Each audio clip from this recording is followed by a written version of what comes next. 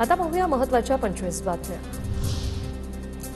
नवीन वर्षात साईबाबांच्या चरणी कोट्यावधींचं दान, नाताळच्या सुट्ट्या आणि नवीन वर्षाच्या स्वागतावेळी भक्तांकडून साईंच्या चरणी तब्बल 16,61,00,000चं दान। 9 दिवसात 8 लाखापेक्षा अधिक भाविक साईंच्या चरणी नतमस्तक। आळंदीमधील इंद्रायणी नदी फेसाळण्याचं सत्र सुरूच, आश्वासनं मिळूनही इंद्रायणी नदीच्या प्रदूषणात दिवसेंदिवस वाढ। राज्यात थंडीचा जोर पुन्हा वाढला, विदर्भातल्या अनेक जिल्ह्यासह पश्चिम महाराष्ट्रातील किमान तापमानात घसरण। धाराशिवमध्ये हमीभाव खरेदी केंद्र 15 दिवसापासून बंद, बारदाना नसल्यानं सोयाबीन खरेदी बंद असल्याने शेतकऱ्यांचं नुकसान।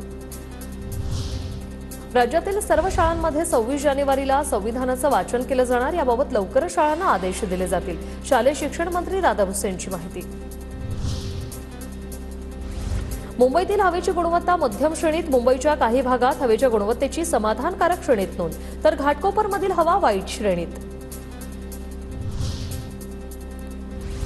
मुंबई महापालिकेकडून 68% मालमत्ता कर वसूल, 9 महिन्यात 5,847 कोटी मालमत्ता संकलन। पीएमपीच्या तिकिटावरील UPI ID hide, online ticket काढणाऱ्या प्रवाशांची वैयक्तिक माहिती सुरक्षित राहणार। नवी मुंबईच्या उरण वेलापूर मार्गावर फुकट्या प्रवाशांची संख्या वाढली, प्रतिदिन तिकिटाच्या विक्रीत 50,000ची घट, रेल्वे विभागाची माहिती।